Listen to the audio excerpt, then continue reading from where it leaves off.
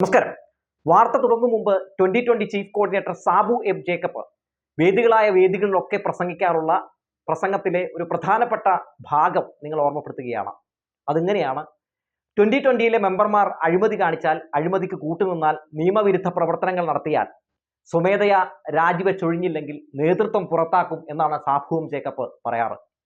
Sabu M Jacob പറയുന്നത് പ്രവർത്തിക്കുന്ന ഒരാളാണോ എന്നൊക്കെ ഈ വാർത്ത പുറത്തു വന്ന ശേഷം, കണ്ട ശേഷം, തെളിവുകൾ പരിശോധിച്ച ശേഷം സാബു എം ജേക്കബ് പൊതുസമൂഹത്തെ കാണിച്ചു കൊടുക്കട്ടെ.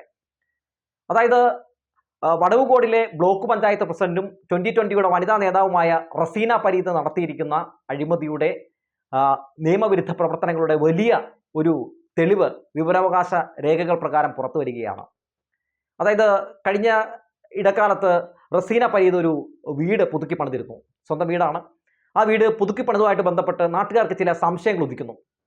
പിന്നീട് അവിടുത്തെ സുലൈമാൻ എന്ന് പറയുന്ന ഒരു നാട്ടുകാരൻ ഇതിൻ്റെ സത്യാവസ്ഥ അറിയാൻ വേണ്ടി ഒരു വിവരാവകാശ രേഖ പ്രകാരം ചില ചോദ്യങ്ങൾ അവിടെ കുന്നത്നാട് പഞ്ചായത്തിൽ സമർപ്പിക്കുകയാണ്.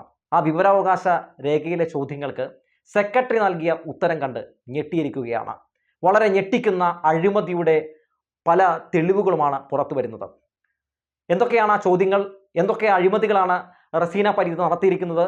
ഏതൊക്കെ അഴിമതിക്കാണ് കൂട്ടുനിന്നിരിക്കുന്നത് എന്നൊക്കെ നമുക്ക് നോക്കാം. അതായത് ആദ്യത്തെ ചോദ്യം ഇങ്ങനെയായിരുന്നു: കുന്നത്തുനാട് ഗ്രാമപഞ്ചായത്ത് വാർഡ് 2 ബ്ലോക്ക് മെമ്പറും വടവുകോട് ബ്ലോക്കിലെ പ്രസിഡന്റുമായ ശ്രീമതി റസീന പരീദിന്റെ ഭർത്താവായ പരീദ് KM പേരിലുള്ള 2/561 നമ്പർ കെട്ടിടം പഞ്ചായത്ത് രേഖകളിൽ കിടക്കുന്നത് എത്ര സ്ക്വയർ ഫീറ്റ് ആണ്?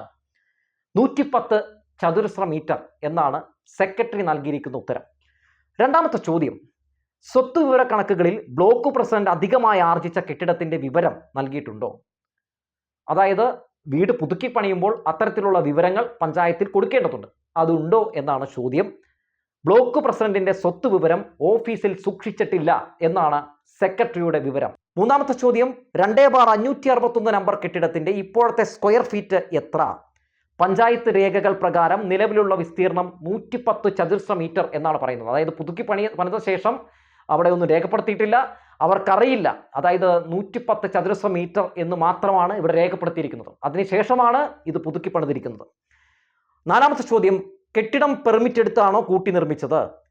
പെർമിറ്റ് രജിസ്റ്റർ പരിശോധിച്ചതിൽ കൂട്ടിച്ചേർക്കൽ വരുത്തുന്നതിന് പെർമിറ്റ് എടുത്തിട്ടുള്ളതായി കാണുന്നില്ല എന്നായിരുന്നു സെക്രട്ടറിയുടെ മറുപടി.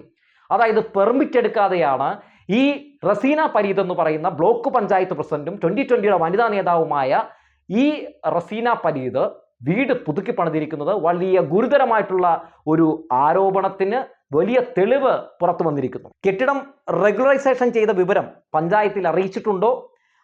റെഗുലറൈസേഷൻ ഫീസ് അടച്ചിട്ടുണ്ടോ എന്നുള്ളതായിരുന്നു സുലൈമാന്റെ ചോദ്യം. അതിന് കിട്ടിയ ഉത്തരം ഇങ്ങനെയാണ്: കെട്ടിടം റെഗുലറൈസ് ചെയ്യുന്നതിന് അപേക്ഷ സമർപ്പിച്ചതായി കാണുന്നില്ല. അതായത് റെഗുലറൈസേഷൻ ഫീസ് അടച്ചിട്ടില്ല എന്ന് ഇവിടെ തെളിയുന്നു. അടുത്ത ചോദ്യം ഇങ്ങനെയായിരുന്നു: കെട്ടിടത്തിന്റെ മുകളിൽ കൂടി പവർ ഗ്രിഡിന്റെ ടവർ പോകുന്നുണ്ടോ? ഉണ്ടെങ്കിൽ അതിന് NOC ലഭ്യമാക്കിയിട്ടുണ്ടോ? വസ്തുനികുതി നിർണയ രജിസ്റ്ററിൽ അപ്രകാരമുള്ള വിവരങ്ങൾ രേഖപ്പെടുത്തിയിട്ടില്ല എന്നാണ് സുലൈമാന് കൊടുത്ത മറുപടിയിൽ സെക്രട്ടറി പറയുന്നത്. ഇതിൽ നിന്ന് എല്ലാ കാര്യവും വ്യക്തമാണ്.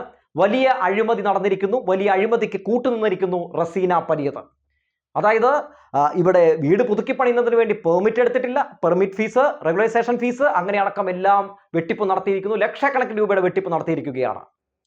അതായത് ഒന്ന് ആലോചിച്ച് നോക്കണേ, ഒരു സാധാരണക്കാരൻ ഒരു വീട് പുതുക്കി പണിയാൻ അല്ലെങ്കിൽ വീട് പണിയാൻ വേണ്ടി 4, 5 തവണയൊക്കെ പഞ്ചായത്തിൽ കയറി ഇറങ്ങി നടക്കേണ്ടി വരും. അപ്പോൾ ഇവിടെ ഒരു ധാർഷ്ട്യത്തിന്റെ പുറത്ത് ഒരു വനിതാ നേതാവ് റസീന പരീദ് കാണിക്കുകയാണ്: ഇങ്ങനെ അധികാരം കയ്യിലുണ്ടെങ്കിൽ എനിക്കൊരു നിയമവും ബാധകമല്ല, എനിക്ക് എന്ത് തോന്നിവാസവും കാണിക്കാം എന്ന് പറയുകയാണ്. എന്തായാലും ഈ തോന്നിവാസം, ഈ ധാർഷ്ട്യം അത് അടക്കി നിർത്തേണ്ട ബാധ്യത സർക്കാരിനുണ്ട്. ഈ നാട്ടിൽ ഒരു നിയമമുണ്ടെന്നും ആ നിയമപ്രകാരം മാത്രമേ പ്രവർത്തിക്കാൻ കഴിയുകയുള്ളൂവെന്നും എന്തായാലും തദ്ദേശ സ്വയംഭരണ വകുപ്പ് മന്ത്രി MP രാജേഷ് ഈ വനിതാ നേതാവിനെ കാണിച്ചു കൊടുക്കേണ്ടതുണ്ട്. ടവർ ലൈന് താഴെയാണ് ഈ വീട് പണിതിരിക്കുന്നത്. ഈ ടവർ ലൈന് താഴെ എന്ന് പറയുമ്പോൾ ചില കാര്യങ്ങൾ പറയേണ്ടതുണ്ട്. കഴിഞ്ഞ കുറച്ച് നാളുകൾക്ക് മുമ്പ് പത്രത്തിൽ വന്ന ഒരു വാർത്തയാണ്, എല്ലാവരും കണ്ടു കാണും. അതായത് മാവൂരിലാണ് സംഭവിക്കുന്നത്. ടവർ ലൈന് കീഴെ ഒരു ഇരുനില കെട്ടിടം. ആ ഇരുനില കെട്ടിടത്തിന് മുകളിലിരുന്ന് ആ വീട്ടിലെ കുട്ടികൾ കളിക്കുകയാണ്. അപ്പോൾ ആ വീടിന് മുകളിൽ ഒരു നമ്മുടെ ഈ കേബിൾ ഉണ്ടായിരുന്നു. ആ കേബിൾ ഉപയോഗിച്ചിട്ട് ഈ കുട്ടികൾ ഒരു പന്തുണ്ടാക്കുന്നു. അങ്ങനെ പന്തുണ്ടാക്കി ഇവർ ഇങ്ങനെ കളിക്കുന്നതിനിടയിൽ ഈ പന്ത് പോയി ടവർ ലൈനിൽ പോയി അടിക്കുകയും ആ ടവർ ലൈനിൽ നിന്ന് ഈ കുട്ടിക്ക് 12 വയസ്സുള്ള കുട്ടിക്ക് ഷോക്കേൽക്കുകയാണ്. 65% പൊള്ളലേക്കുന്നത്. അത് ഞാനിപ്പോൾ ഇവിടെ പറയാനുള്ള കാരണം, ടവർ ലൈന് കീഴെയാണ് ഇപ്പോൾ ഇങ്ങനെ വീട് പുതുക്കി പണിതിരിക്കുന്നത്. അതിന് പെർമിഷൻ കിട്ടിയിട്ടുണ്ടോ എന്ന് അന്വേഷിക്കേണ്ടതുണ്ട്. ഇനി അന്വേഷിച്ചിട്ട് അത്തരത്തിൽ പെർമിഷൻ എടുക്കാതെയാണ് റസീന പരീദ് തന്റെ തോന്നിവാസത്തിന്റെ പുറത്താണ് ഇങ്ങനെ കാണിച്ചു കൂട്ടിയതെങ്കിൽ ആ ധാർഷ്ട്യത്തിനെതിരെ നടപടി സ്വീകരിക്കേണ്ടതായിട്ടുണ്ട്. പഞ്ചായത്തിനെ പറ്റിച്ചുകൊണ്ട് എന്ത് നടത്തിയാലും അത് അഴിമതി എന്ന് മാത്രമേ പറയാൻ കഴിയൂ. ഇവിടെ അഴിമതി നടന്നിരിക്കുന്നു മിസ്റ്റർ സാബു എം ജേക്കബ്. ഇവിടെ നിയമവിരുദ്ധ പ്രവർത്തനങ്ങൾ നടത്തിയിരിക്കുന്നു നിങ്ങളുടെ ഒരു member mister Sabu M Jacob. എന്താണ് നിങ്ങൾ സ്വീകരിക്കാൻ പോകുന്നത്? എന്താണ് നിങ്ങൾ നടപടി സ്വീകരിക്കാൻ പോകുന്നത്? ഇതും വ്യാജ ആരോപണം എന്ന് പറഞ്ഞ് തള്ളിക്കളയാനാണ് നിങ്ങളുടെ ഭാവമെങ്കിൽ പുറത്തു വന്നിരിക്കുന്നത് വിവരാവകാശ രേഖകൾ പ്രകാരം പുറത്തു വന്നിരിക്കുന്ന ഉത്തരങ്ങളാണ്. ആ ഉത്തരം നൽകിയിരിക്കുന്നത് പഞ്ചായത്ത് സെക്രട്ടറിയാണ്. എന്താണ് നിങ്ങൾക്ക് പറയാനുള്ളത്? ജനങ്ങളോട് ഏറെ പ്രതിബദ്ധത കാണിക്കേണ്ട, ഈ സമൂഹത്തോട് ഏറെ പ്രതിബദ്ധത കാണിക്കേണ്ട, നിയമത്തെ മാനിക്കേണ്ട ഒരു പ്രധാനപ്പെട്ട കസേരയിലിരിക്കുന്ന ബ്ലോക്ക് പഞ്ചായത്ത് പ്രസിഡന്റ് കൂടിയായ റസീന പരീദ് ചെയ്തിരിക്കുന്നത് പൊറുക്കാൻ കഴിയാത്തൊരു തെറ്റാണ്. ഈ വിഷയവുമായി ബന്ധപ്പെട്ട് അന്വേഷണം ആവശ്യമാണ്. മാത്രവുമല്ല, റസീന പരീദിനെതിരെ ഒരു വിജിലൻസ് അന്വേഷണം കൂടി നടത്തിയാൽ നന്നായിരിക്കും. കാരണം ഇത്തരത്തിലൊരു ചുമതലയിലിരിക്കുന്ന ഒരാൾ ഇത്തരത്തിൽ സ്വന്തം വീടിന്റെ കാര്യത്തിൽ പോലും ഇങ്ങനെ ചെയ്തുവെങ്കിൽ ഈ അധികാരത്തിലിരിക്കുന്ന സമയത്ത് ആ അധികാരം ഏതൊക്കെ രീതിയിൽ ദുർവിനിയോഗം ചെയ്തിട്ടുണ്ടോ എന്ന കാര്യങ്ങൾ കൂടി പരിശോധിക്കേണ്ടതുണ്ട്, അഗ്നിശുദ്ധി വരുത്തേണ്ടതുണ്ട്. അതുകൊണ്ടൊക്കെ തന്നെ എന്തായാലും ഈ വിഷയത്തിൽ വലിയ രീതിയിലുള്ള ഒരു പ്രതിഷേധം ഇതിനോടകം തന്നെ ഉയർന്നിട്ടുണ്ട്.